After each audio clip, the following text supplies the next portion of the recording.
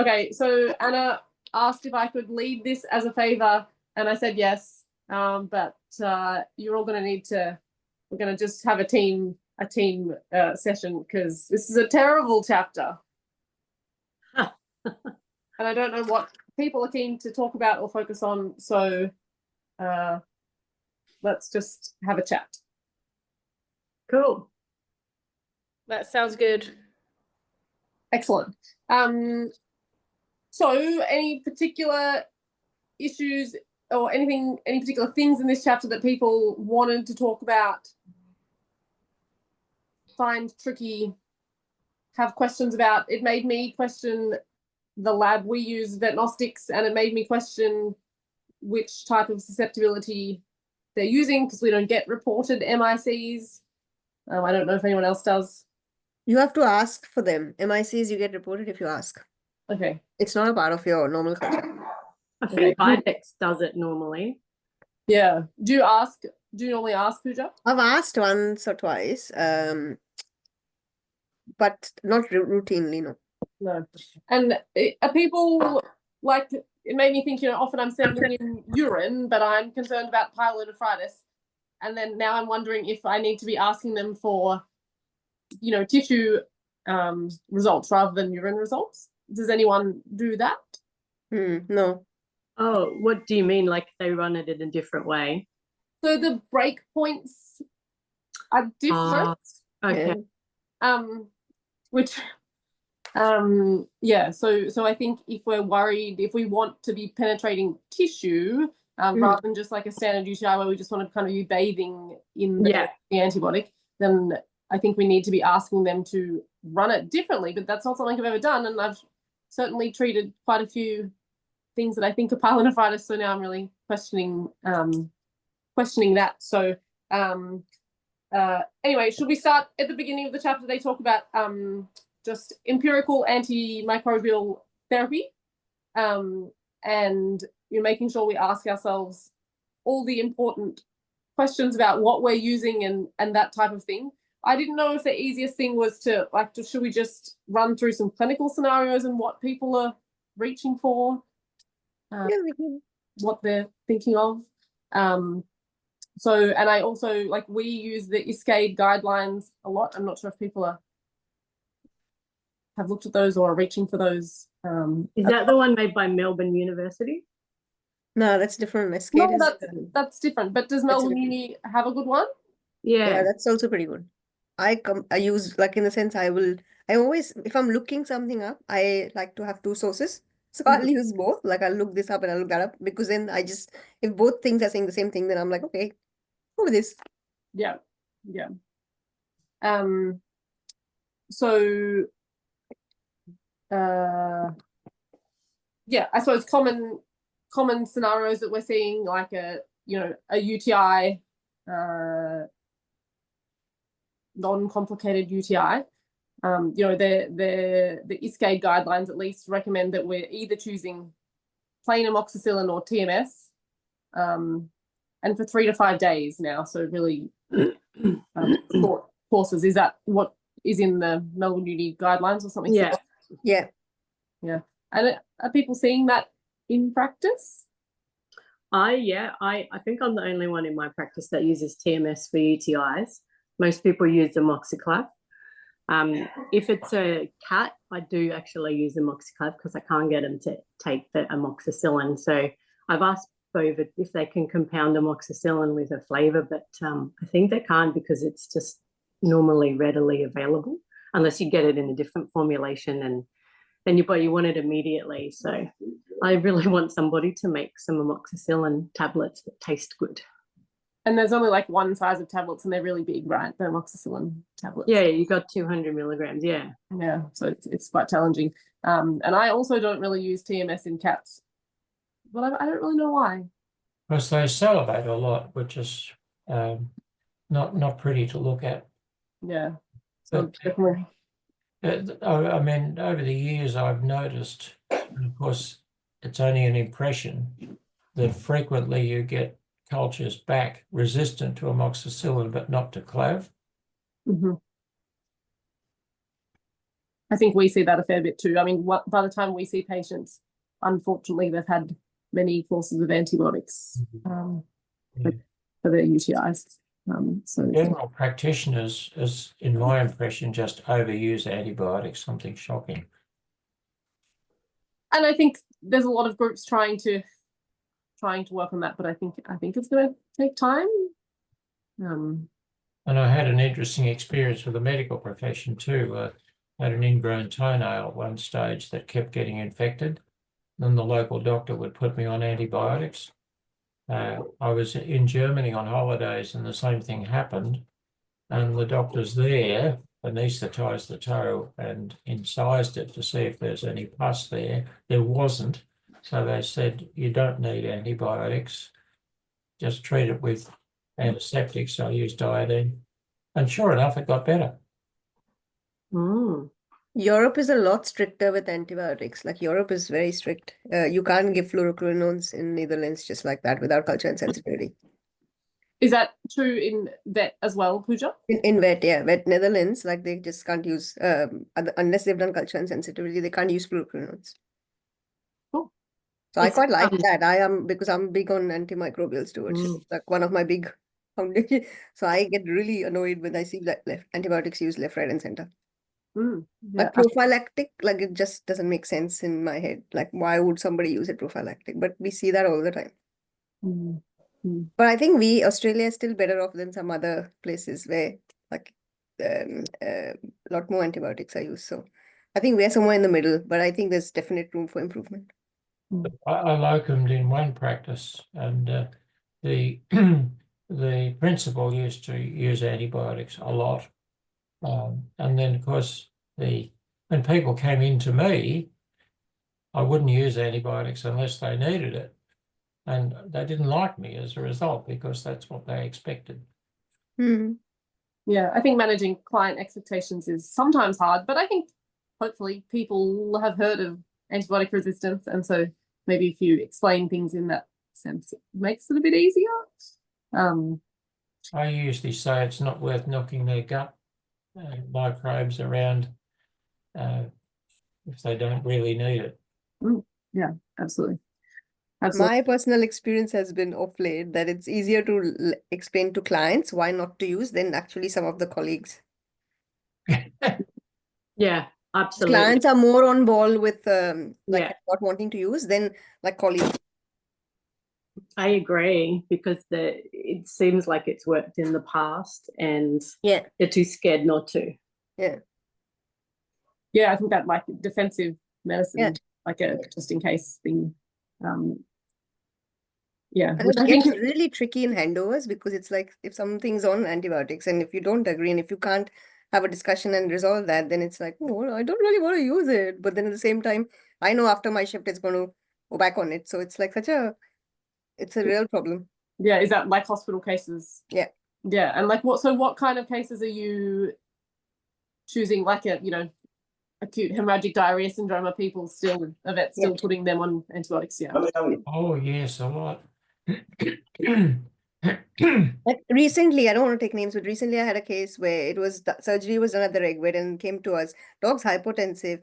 But instead of like doing normal things, we've decided to put antimicrobials. And at the handover, I asked, why is this dog on antimicrobials? And the person was just like, oh, I don't want it to get septic peritonitis. But I'm like, you're not going to, like, antibiotics are not going to prevent septic peritonitis. In fact, if now the animal gets it, we've actually bred resistance. Yeah. Interesting. Means are for preventing disease and antibiotics are for treating them, not preventing them. Yep. Surgeons are particularly prone to use prophylactic antibiotics, and that's a term I hate. Yeah, absolutely. I think that's why 5 of us are sitting together. No one else is there because like it's unfortunately pretty common. And like I said, I find it harder to convince colleagues than to convince clients. Yeah, interesting. And so the next little bit was on culture and susceptibility testing. And I suppose like we try and do a lot of culture, and maybe in referral practice it's a bit easier. So how much are people culturing? Only urine for me, really. Like generally not much else. And generally I would first use empirical therapy if it's rods versus cockeye. You know, I would check that for a dog and use TMS for rods, or yeah. But yeah, and I would culture urine, but don't culture much else because I just don't have don't see the cases that need it really. I mean, it's definitely the most common thing that we culture by far. I suppose occasionally we'll culture a BAL or I don't know, not much else. What about you, Fuja? Yeah, same. Urine the most. I, to be honest, even with urine, even if it's like first time UTI, I actually like to do a culture. So I may start empirical with ampicillin or TMS, amoxicillin or ampicillin, but I will want to culture. All the block cats, like I definitely want to culture them when you would unblock them. Pyothoraxes, because do see that occasionally. So pyothorax, sending for culture. What else? Pericardial effusions, because occasionally you get that, but then not always. I don't always culture that because like depends on what the thing is. When I was doing my residency, they they got very strict on it, and because at the time in America, if a dog was admitted to intensive care, it always went out in a black bag from sepsis. And at the time, this was the 1980s. Oh, excuse me. There was a lot of a heap of literature in both professions pointing out that the way to get rid of these resistant bugs was to stop using antibiotics. And if we wanted to use antibiotics, we had to make a case for it, which meant we had to get cytology that was suggestive, and it had to be clinically suggestive, and then it had to go through a committee. Yeah, wow. Did they, so because we work with dermatologists, they culture quite a lot, but they also like culture the clinic like once a year, which I'd never seen that before in general practice, but maybe it's something that clinics should be doing, especially if they're seeing resistant bugs. Did anyone? I'm not sure that. Did anyone read the bit with the heading "Tissue Penetration of Antibiotics" from the chapter? I didn't read the chapter, but I'm aware of this concept. But to be honest, like I've never really paid attention. I don't really know how do you like do that in practical terms? So I thought this was like an interesting subheading because that's the heading, but then within it, it says clinicians should not make the mistake of categorizing antibiotics with properties of good penetration or poor penetration.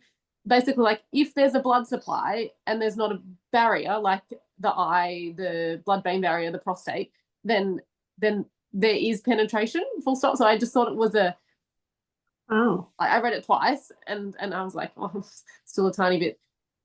So I think like in my this thing head, I'm looking at prostatitis as an example. Like they all say prostatitis, like amoxiclav is not really a good drug to use. However, when you have active prostatitis, because there's inflammation, that barrier is broken. So in the beginning it will work, but then as it heals, then maybe yes, it won't, because then the penetration is a problem. So I just use it like that in my head. Maybe that's what they mean, but I'm not sure.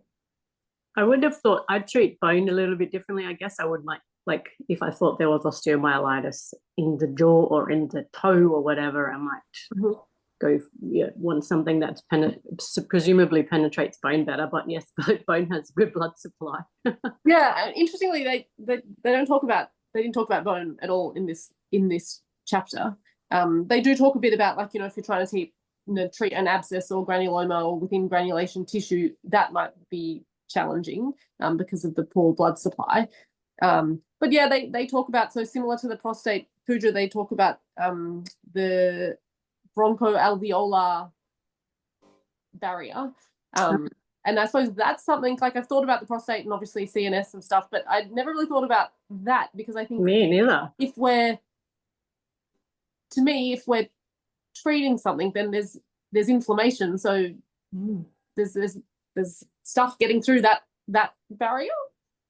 So I don't know if anyone else considered that when treating respiratory, like bronchopneumonias or anything. Yeah, but me neither. But it's interesting. I have always questioned this. Over here, we, like for our pneumonias, we reach for amoxiclav. But if you talk to clinicians in the US or specialists in the US, they will say amoxiclav has high resistance, it won't penetrate. So they don't want to use amoxiclav. It's very interesting, and I've never really understood why really the difference. Whereas we practically use it, and like we see difference and we see resolution. Is that for like an aspiration pneumonia? Yeah. Or even bronchopneumonia, like a lot of them don't want to use amoxiclav as a treatment option for these. Yeah, right. Interesting. I think it reflects overuse in the past.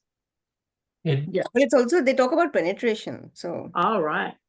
So I think if that blood or the alveolar bronchial barrier is intact, which I don't think it would be if you had severe enough pneumonia, but if it was intact, then I think technically amoxiclav is not a good choice, and they talk about considering macrolides or tetracyclines. So I suppose for some respiratory diseases, we are reaching for doxycycline, so maybe that has better penetration if you've still got that intact barrier.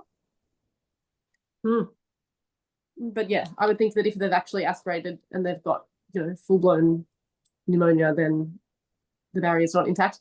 There's been a few papers out semi-recently about the need or the not need for antibiotics in aspiration. Yes, love it. Simon Cook. Yes, love that. Pneumonitis, or is it pneumonia? And I think there's some stuff in the human literature as well. Has anyone been brave enough to try not giving antibiotics? I haven't had in like post-surgery, if you've just had like a single regurg on recovery, I'm not jumping to use antibiotics unless I would want to keep an eye on the what the respirator is doing through the course of the night to see what's happening. However, a lot of times, like when if they are coming in and they're really sick and you're actually clinical, and then I'm not. Then I will use antimicrobials. I feel like if they were at the point where they needed oxygen or something, or they were pyrexic, clinical signs of I'd be brave enough. But like in the handover, if you get surgery is just done and there was one regurg during recovery, then I'm okay to wait. In fact, I don't want to jump and put them on antibiotics straight away. At least not straight away. Give it a bit of time and see what's happening, and then decide. Yeah. Most of the damage from aspiration is acid rather than bacterial. That's right. That kind of chemical reaction, and that obviously happens earlier before the bacterial component of the. It's a bit tricky in that situation because when I read that paper, there's really no differentiation. Like they can still mount a neutrophilia. The CRPs can be like up to 200. So there's no real deciding. Like, how do you decide? Okay, this is the guy is just pneumonitis. No, this is the guy needs bacterial antimicrobial. It's a bit tricky. So it is a bit of a judgment call, and you have to then watch these patients. You can't just leave them and say, okay, come back in 3 days. I think that's almost it. Is you have to see what kind of happens over that first 24 hours, 48 hours. Are they getting better or getting worse? But as you say, that's hard, and you're not there the whole time, and so something tricky decision making. Interesting experience in America. I had a dog with an infected wound on a limb, and there was an extensive one. I've just forgotten what caused it. But I was treating it with good flushing and cleaning and bandaging. And come the weekend, if I wasn't working, I'd find that the residents would have it on antibiotics and it would get worse. So I'd stop the antibiotics and keep up the good cleaning and so on. And so whether it was just that they didn't clean it properly, or whether it was developing a resistance, I don't know. I don't really see wounds anymore, but I think in general practice I could have been better at cat bite abscesses even. I think now the recommendation there is also not to give any antibiotics at all. I've never been brave enough to try that yet. Same. I'm with you, Pooja. Everything else, I'm pretty careful, but I haven't not used antibiotics for an abscess. Again, I feel like if they're like a little bit unwell and pyrexic, it could be hard not to. Maybe if it's a cat that's just like perfectly fine with, you know, a big ball of pus on their face or something. But you know, But most times they come in because they are like, you know, the owner doesn't really know the abscess. The owner's brought in the cat because not eating quite something, and then you have a bit of an examination, and then you're like, oh, there's an abscess. Yeah, absolutely. Okay, and then the next bit of the chapter is talking about concentration dependent and time dependent antibiotics. So it all gets a bit you know, theoretical, but I was just wondering, in relation to this, is anyone using different doses of kind of our most common antibiotics? Yeah, I've been trying to be aware of that. Like, can you hear me? Yeah. Oh, yeah. Like for doxycycline, using that high dose infrequently, and like 10 mg per kg once a day, and beta lactams, you know, 2-3 times a day. Although I don't use 3 times a day at home, but outpatient. That would be the main one. I don't use enrofloxacin, but that would also be once a day. Yeah. Don't know others. What are other ones that we should be using differently? So the other ones that are listed as concentration dependent, they list, so your tetracyclines, as you said, aminoglycosides, which, I mean, we're not using gentamicin very often, macrolide, clindamycin. So but I think, what did I read about clindamycin? So it said, and I probably should have looked this up further, but it said that some concentration-dependent drugs might need to be given more frequently if adverse effects limit the size of the dose, or if bacterial inhibition requires long exposure times. And under that sentence, they listed clindamycin. So, because I usually use clindamycin twice a day, I don't know what other people Same, yeah. I use it twice a day so far. Yeah. So yeah, maybe I need to look that up and have a look. But similarly with the beta lactams, Bron, I am trying to sometimes use them 3 times daily at home. So yeah, I can. I don't know, some of our say recurrent UTIs where I'm worried that there might be a fair bit of tissue infection, like if they've got a really thickened bladder, like a polypoid cystitis, or getting there. But I want to stick with my amoxicillin, and we know it's susceptible. That if owners can do it, not everyone says. But if owners can do it, I'm using well, actually a slightly higher dose, again, maybe like 15 to 20 mg per kg of amoxicillin, and 3 times a day. And then maybe trying to keep the course a bit shorter. I don't know, it's hard.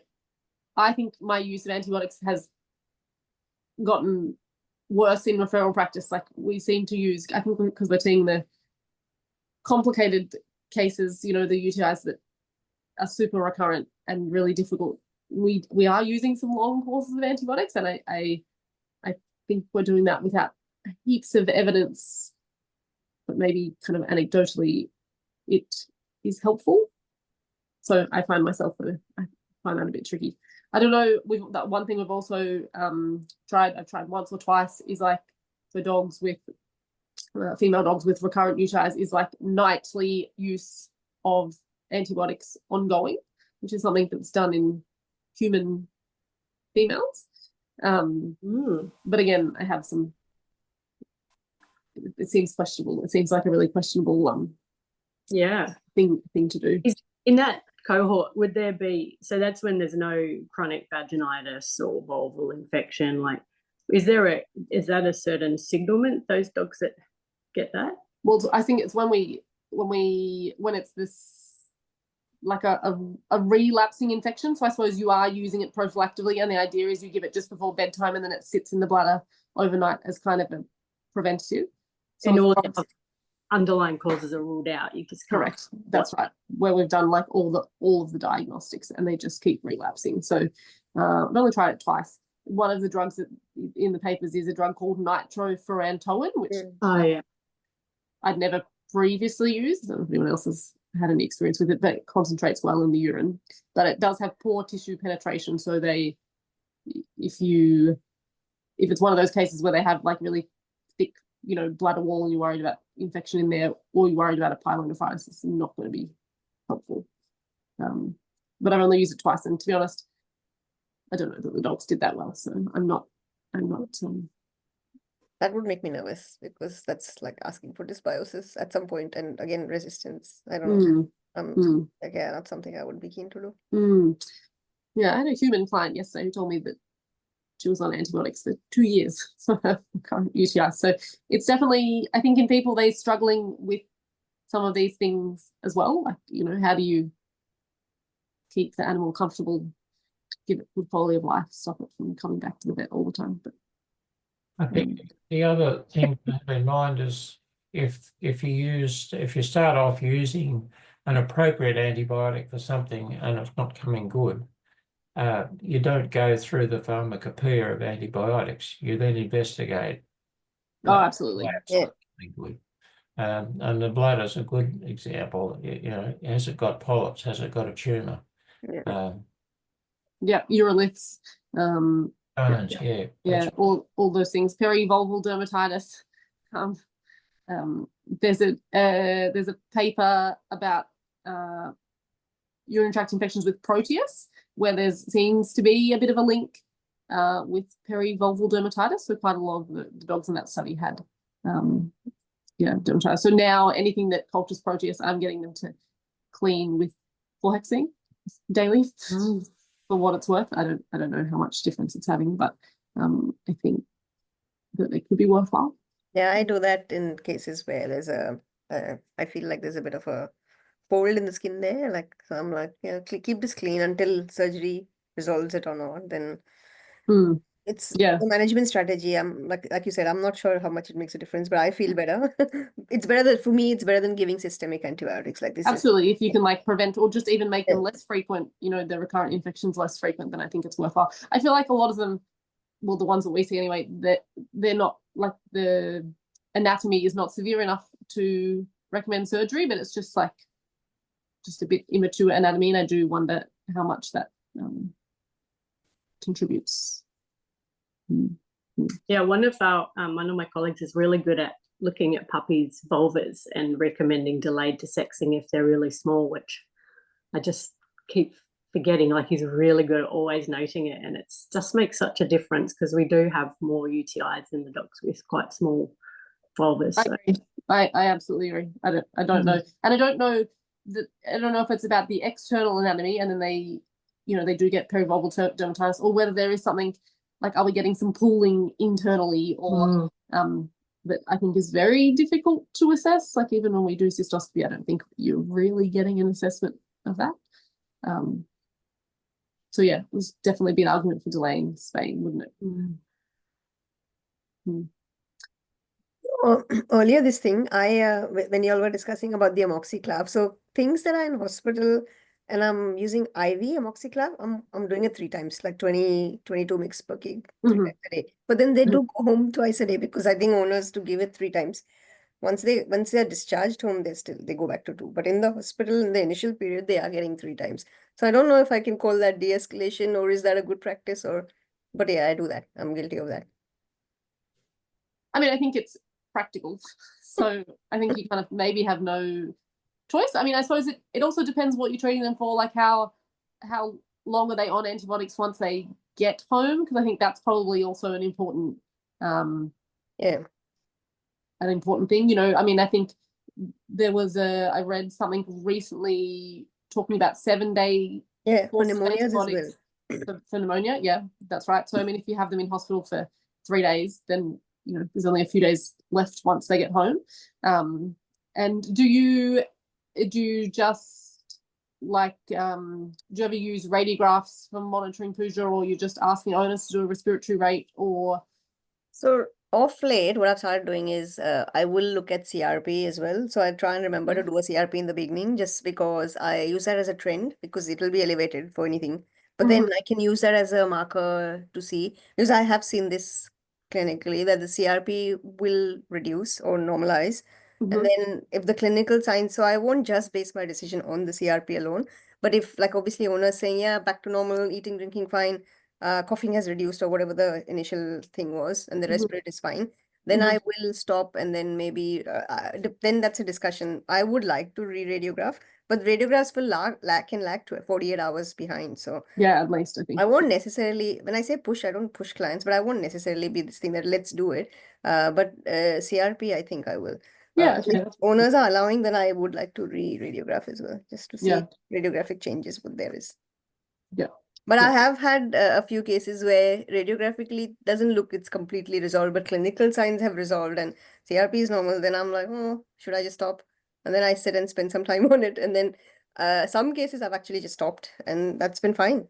And So I think I'm leaning more towards doing that now. Yes, and I think the evidence is suggesting that that is probably fine. I think in humans they're not waiting for radiographic signs to resolve before they stop antibiotic. So then the question begs, why do it then? Why it's more to see. It's expensive. Radiography is expensive. You got sedation. CRP is such a great tool to have. I think going forward, I mean, I'm off now of the thing that if they're fine, then maybe no need to re-radiograph. But if they're not, then maybe do it just to see what's happening. But like I suppose what I would be looking for is like, was there underlying pathology before this aspiration event or bronchopneumonia event happened? I think that would be the main thing. Is anyone like? I think it's really hard because we're always dispensing antibiotics in like these nice round numbers, like 5 days, 7 days. Has anyone tried just like once the signs are better, you can stop the antibiotics to the owners? Has anyone? I get them back. So I want to get them back or at least have a phone conversation before I say stop. I had an interesting experience at one practice with if they had clostridial diarrhea, which they would confirm on fecal smear, they'd put them on metronidazole. So I had one dog that was on about 3 doses, and the owner said, you give the antibiotics, it gets better, and then they stop and it gets worse. So I put it on Peptocel and cured it. Is there an antibiotic in Peptocel, Jeff? No, there's not. Oh, there's not. It's antiseptic. It does have antibacterial properties, but it's not an antibiotic. Whereas the old one, like I can't think of it, that was used forever in large animal practice when I graduated, it has got antibiotics in it, like neomycin and so forth. Any other clinical scenarios anyone wants to talk about in regards to? I think fecal PCRs are a bit of a bane for me. I see them run often, and then like, it seems like people have to give antibiotics when they're because they've got a result. That's I don't think I've ever seen one where it wasn't positive for something that occurs equally in normal animals. So I think don't know why we. And I don't. I really try not to. I've probably, since working here 18 months, I've done 2, I think. So like in cats, trichomonas, sometimes the PCR can be useful for that. In dogs, I think the Giardia ELISA is probably better. But the thing is, even if you did say Giardia is not a primary, like you have an underlying pathology, like none of these things are primary. If you are getting positive or any of this, then there's an underlying something going on. So if you don't target that, so because again, this is this thing, like people will be, oh, we should like look for Giardia, but Giardia is not a primary pathogen. So if you're getting Giardia, then there's already an enteropathy that you need to target. Would you treat the Giardia though, Pooja? To be honest, I've actually never seen a visit so far, thank God. So I don't know. I think I may not, because I don't test for it. So who knows? Maybe I do have cases and I'm not even aware. Yeah. I mean, we would, or I treat for it. I use fenbendazole. And that's the thing. Sorry, I'm interrupting. But yeah, I mean, a lot of times with these, I'm already putting them on, like, depending on what the case is, they're already on fenbendazole for That's like right. 3 days, Or they're 5 days. 3 So days then, of Drontal or whatever. Yeah. So, yeah, it's a tricky one, Bron, because I see that a lot in my histories as well, that someone's done a fecal PCR and then done a long course of metronidazole. And then surprise, as Jeff said, you stop metronidazole and diarrhea comes back. So I think it's mostly about choosing, when the test is going to be useful, and then if the test is done, and then I suppose explaining to the owners that just because we got these results, doesn't mean we need to treat with antibiotics. Although I do think that unless you have an alternative to offer them, that can be difficult to explain since you've done an expensive test and got some results. At least I tend to keep it up my sleeve and I say, let's do like 3 or 4 weeks of this diet change. Yes. And if we've still got the problem, yeah, we've always got the possibility of using an antibiotic, which is not very necessary. It never ends up being required. Yeah, I must say, chronic enteropathies is one thing where we really aren't using any antibiotics at all here, as opposed to the UTIs where we're still using a lot, because I think we have so many other things to try. So I think that's, I know that historically they talked about antibiotic responsive diarrhea, but I feel like we very rarely even try. I mean, they've almost always had antibiotics by the time they get to us, but it's just very rarely something we would ever try unless it's like, we've done biopsies and it's a, colitis or, something where it's ticking boxes. It was a subset. Now even the subset has changed. Like, it's no longer called antibiotic responsive. It's called not immunomodulatory something microbiota. Microbiome. Yeah. So like the nomenclature has changed. I think there's crossover with the fiber responsive diarrhea too. Definitely. I think especially anything with like large bowel aspects to it. Or we're trying a lot of fiber. For what it's worth, I'm sometimes trying probiotics. I'm still I'm not convinced. I think the evidence is very unconvincing. But it's sometimes something to get the owners to do. Oh, definitely. Yeah. Is anyone else using probiotics? I would use it when I would use fiber is like my most common thing, and then often for probiotics at the same time, but normally it's a bit of an afterthought and the owners love it, and I know it's not going to hurt, but I know it's not going to have any permanent change on the gut. It's not going to fix the problem as soon as you stop it. Yeah. Do you use fiber even if it seems like a small bowel? No, just for large bowel stuff. Okay. Yeah. But even I think there's evidence that for acute diarrhea, fiber is beneficial. So I haven't used it that much yet for acute diarrhea, but I believe it is in small doses actually beneficial too. Yeah, I've also read that. Sometimes the papers about it for for chronic large bowel diarrhea, I'm amazed by how big the doses get. Like tablespoons of psyllium husk. Yeah. So I usually start smaller than that, and then I suppose work my way up. And those studies were done on the police dogs, I think, the major ones. But yeah, I'm always surprised. Like, how do you get your dog to eat 4 tablespoons of psyllium husk? I know, that's what I put my dog on, the high fiber prescription diet, because I just hate stuffing around with the psyllium. Yeah. Okay. Which one? The Biome?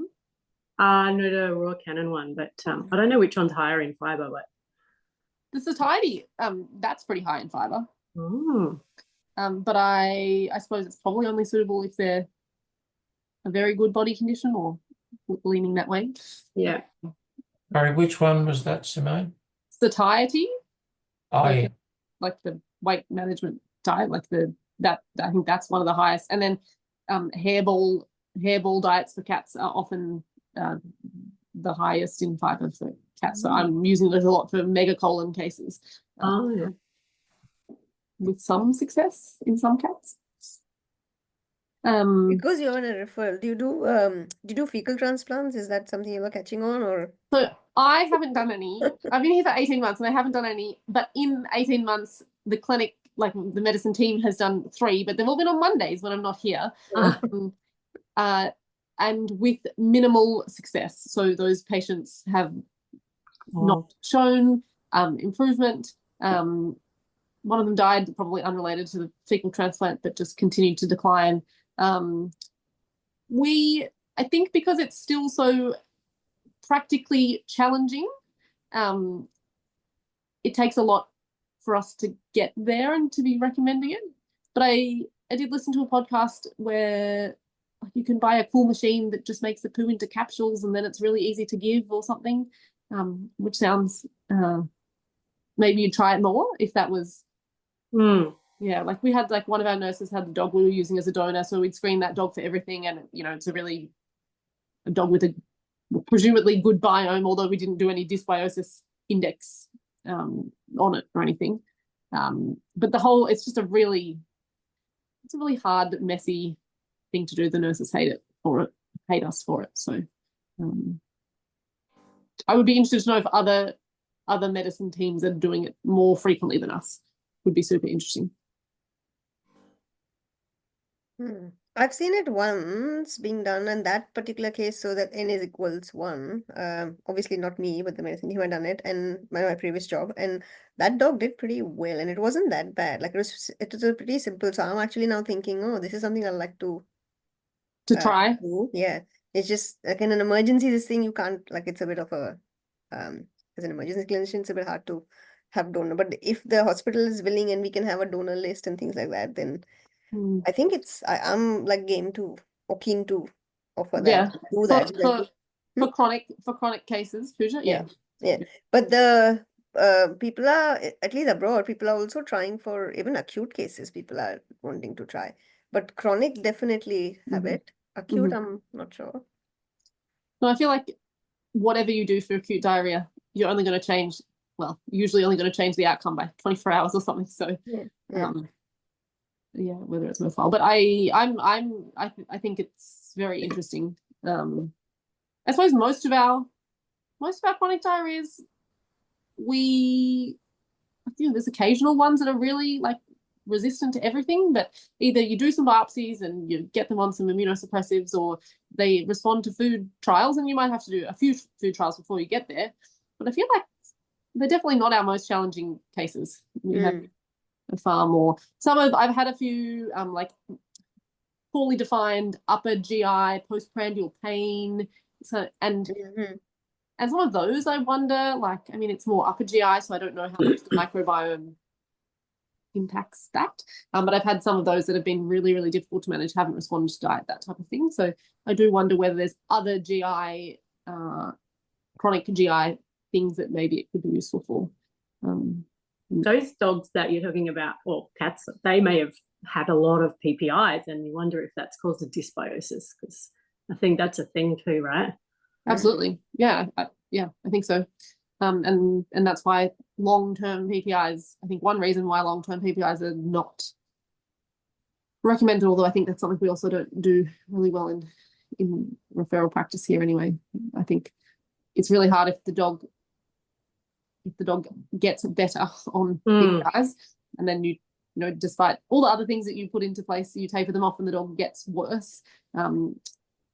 It's very difficult. It can be very difficult. So, but then again, it's the same thing, right? Selective cases maybe will need, like dogs that have GERD, you can't, like, probably they will need to be on PPIs very, like, really long term. But it's just like blanket how we used to in the past, like AHDS, everybody's getting omeprazole, or just, you know, people doing or any vomiting or diarrhea. Sometimes you see somebody's put them on omeprazole. I'm like, for what though? Like, what's the implication? Oh, and we still see it sometimes. I still see it in history sometimes. Yeah. I still see antibiotics for vomiting and diarrhea in history sometimes. Sometimes I feel I practice very differently. I should have my own in a cocoon. I should practice because I'm forever challenging. Oh, why this? Oh, why that? I mean, I think we have to, right? That's the only way we're gonna move forwards. And I think antibiotics is so important that we just have to keep trying to be better. I'll share this one case that you were, because we were talking about MIC. The only time I've done an MIC is this particular case. It's a while back, so my memory is not the best. It was about 2.5 years ago. This dog presented like suddenly, so it was a Rottweiler, I think a 6 or 7-year-old female spayed Rottie, but had a protracted history of some immune-mediated disease, was on pred. So presented as an emergency, this thing to me. So when I looked at the dog and diagnosed septic peritonitis, which is confirmed, like I did a tap and confirmed that. So obviously got the surgeon in to do the surgery. Was a perforated ulcer. So that dog, because obviously then the fluid was sampled and sent out, was resistant to every damn thing. So I was really panicking that what am I going to do with this dog? Like, what am I supposed, like, what should I put the dog on? And the abdomen was obviously lavaged and everything, but it is a septic peritonitis. The dog was in hospital for 9 days. So pretty intensive care. Because it was resistant to everything, that's when I had asked for MIC. So I got the MIC results, but to be honest, I didn't know how to, like, I wasn't sure, I wasn't confident to interpret it. In the end, I posted this case on Win because I just didn't know what to do. And I, in the end, because this dog was lavaged, I didn't really, so we had put the dog on, now I can't remember, but maybe on amoxiclav and Enro, maybe the dog was on. I tapered off the Enro and kept on amoxiclav for a bit longer, though there was resistance, but then discontinued everything else after a few days, and I think the dog eventually got better, but I think it was more to do because the abdomen was flushed, so maybe I didn't need to, like, maybe it was not needed antibiotics, who knows, but it was so critical that I wasn't like game enough to withdraw completely and try. Yeah, and there's a recent paper about, I don't know if it's human or dogs, about how starting antibiotics, if an animal is actually septic, if you delay antibiotics by even an hour, the survival rates go down. Yeah. So I mean, I think you're absolutely, like, if the animal is actually septic, which I think sometimes it can be hard to know if they're septic. I mean, we talked about sepsis, but like, are they septic, or is it a different type of shock? Like, you know, is it hypovolemic shock or whatever? So I think that can sometimes be hard. But if you truly think they're septic, I mean, I think you just have to take your samples and start antibiotics, I think. But I think that shows that source control and and what is in the lab may not replicate in the body, because that's ex vivo, in vivo. So because the lab showed resistance, but the dog was getting better. So I was like, I don't know, just leave it as is, don't rock the boat. Thankfully, the dog recovered, was sent home. Yeah. And I think that's also a situation, like if you're using intravenous amoxiclav and you were giving it a high dose 3 times a day, that perhaps that's where the interpretation of those MICs with the break points, and I don't know enough about it either, but maybe that's where drugs might still work, even if the susceptibility indicates that they're resistant. I know that they talk about that, and this is not medicine, but with topicals, so like the dermatologists, like treating ears and stuff, like even if the susceptibility indicates that there's resistance, if you're using it topically, it actually may be perfectly effective. So I think we need to use them as a guide, but that shouldn't stop us from probably reaching for, like, I don't stop us from reaching for the antibiotics we should be using, you know, amoxiclav versus, you know, reaching for gentamicin or, you know, something like that. Ears are a good example of sort of what I was hinting at before, in that good thorough cleaning is, if they're initially responsive, good cleaning is more important than any antibiotic in the pharmacopoeia. Yeah, and I think that's, I mean, that's what that's what the surgeon did, right? They did source control and then and then lavage the abdomen. The other thing that I don't know where I heard this, but it kind of changed my mindset on antibiotics a little bit, is that all we're trying to do is tip the infection in favor of the dog's immune system, you know, to allow the immune system to do its job.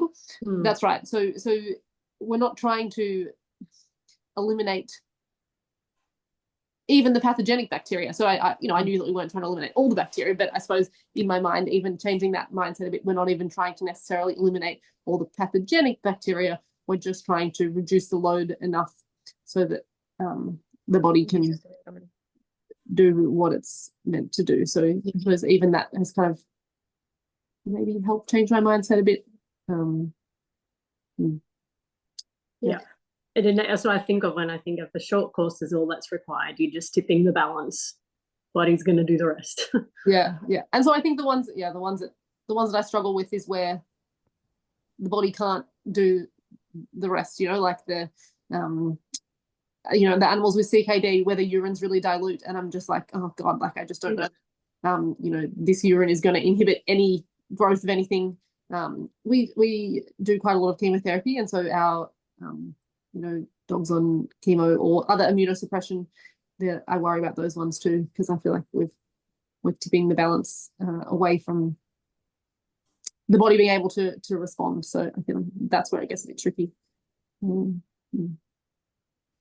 Yes, that's a whole other question of when we use antibiotics for things that are iatrogenic to extend pets' lives, like paralyzed pets that get recurrent UTIs and things that have untreatable primary conditions, and then we're using antibiotics to manage the inevitable recurrent infection. Well, using antibiotics to manage their dental infections. Yeah. Lots of interesting questions. All right. Anyone else want to chat about anything to do with antibiotics? When you say, because there's also, I don't know if you mentioned this, Simone, there's also another like Australian guideline, ADAP, is that how you say it? Which is an Australian, I've heard of it. It's the drug that's another company. resource. There's a bunch of people who've sort of come up and made that. So that's another one that I, in the beginning, used to refer. Even now, sometimes when I'm this thing, I refer to it. Okay. I think that one's written by drug companies or sponsored by drug companies. So I'm not so keen to use that one. But it's very similar to, it's essentially saying the same sort of things, I think, compared to what Melbourne is saying. So it is pretty similar. Yeah, good to know. There's a few out there. There is also, there's someone who's someone's doing like a antimicrobial stewardship course thingy online that you can sign up to for free, I'm pretty sure. And it's an Australian one. I haven't looked into it. It's probably something I should do.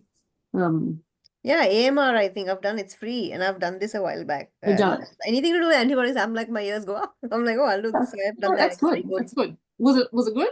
Yeah, I thought it was good. I think everybody should do it. Every veterinarian should do it. Otherwise, you shouldn't be allowed to practice. Yeah. I think even just like understanding the mechanisms for resistance and some of these concepts that maybe we were taught, even I feel like when I was like, I wasn't at vet school that long ago, but I feel like we were even taught, like must finish the course of antibiotics, all this stuff. It's just like, there's absolutely no evidence base for that at all. So I feel like it would be good for everyone to kind of change their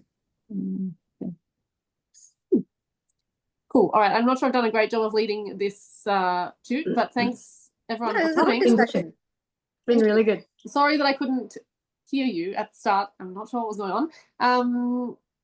Thanks for joining in, and have a great 2 weeks. And we'll be back with our fearless leader, Anna, in 2 weeks. Okay. Thanks, Simone. Yeah, have a good week, everyone. Bye, guys. Bye. Simone, when you're giving lectures, one of the things I've learned over the decades, like if it's in a lecture theatre, for instance, check everything. Check the light switches. Make sure you know how to turn them on and off. Yes. That all the projection equipment works. Yes. And that your speakers are working. This is the same computer that I use every time I join into a toot, and it's just my laptop. I've never had an issue before. Anyway, thank you. I will definitely do a practice run next time, Jeff. Yeah, but I had an interesting experience in South Australia. In those days, we used to use tandem 35mm projectors. This was pre computers. Oh yes, with a little film thingy. So there'd be two pictures up on the screen at any given time, and of course they have to be synchronized, which I had very carefully done. One of the other vets and I had made sure they were all correct. And that was another one. That particular one, that was in Brisbane. Yeah, that was in Brisbane. Started the lecture, and there's this sort of bang up the back, and the theatre was in darkness, but the light of the projector was showing up, and what I saw was a shower of slides coming out of the projector. Oh God. Yeah. So it got interesting, but it was the South Australian one when I said, you know, I need 2 projectors. Have you got? Oh yeah, that'll be right. That'll be right.